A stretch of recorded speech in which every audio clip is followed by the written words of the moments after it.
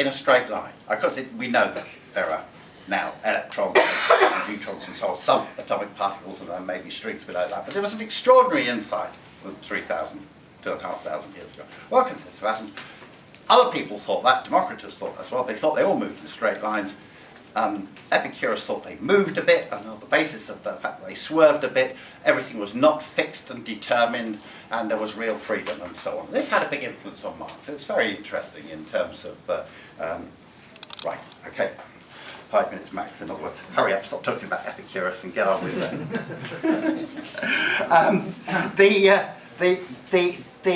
So I think all that is extremely interesting. The point that there's one more scientific point, and I will come back to the kind of politics and Dave's question, which is very interesting. One more scientific, the idea that small differences in the situation have big effects in ultimate outcome seems to be A, true, right, and important politically. Because when we talk about a revolution, we're talking about a struggle between opposed forces.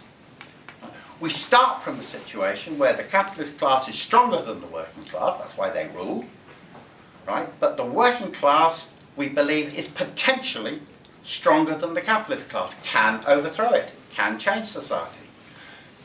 For that to occur, we have to pass through a stage when the struggle between the two classes is in the balance, is poised, right? A phase of dual power sometimes, when, there's the capitalist state still existing and there's workers' councils or Soviets, and they're vying for who will run the society. What makes the difference in that situation? What we find from looking at the Russian Revolution experiences, one of the crucial things that makes the difference in that situation is whether you have a revolutionary party. How do you get a revolutionary party? Actually, you have to start like the butterfly flapping its wings, with a small numbers of people in rooms in the Ashling Hotel or somewhere else. And the little things that we do, which are a long, long way from deciding whether humanity, we face socialism or barbarism or not, can make a difference.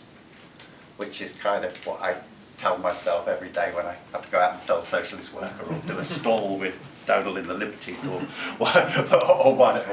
whatever it is. I do think that what we do can make a difference there.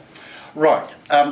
The question about the trade unions' totality and the in-truth is in-truth. No. Right, and it's a good question, but I didn't explain it clearly enough, so that's great. If you take the question of the trade unions, there's a bureaucracy, there's a rank and file, trade unions as workers' organisations versus the bosses and so on. It doesn't mean that we say trade unions, well, on the one hand, on the other hand, we're in the middle, maybe, possibly, etc., etc. No.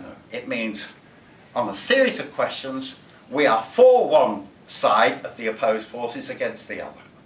We are for the workers and the unions against the bosses. We are for the rank and file against the leadership. Right? We are for the left in the unions against the right.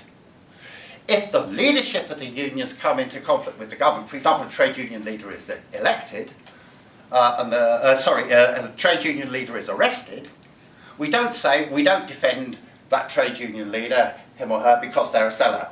No, because we understand that's an attack on the trade union. So in that situation, we defend the arrested trade union leader and the rights of the union and so on. So it actually, when you apply this, it doesn't become a liberal in the middle position. It becomes a series of being definitely on one side against the other in the struggle. Go on. I just wanted to add that my point wasn't to criticize you for being liberal. No. My point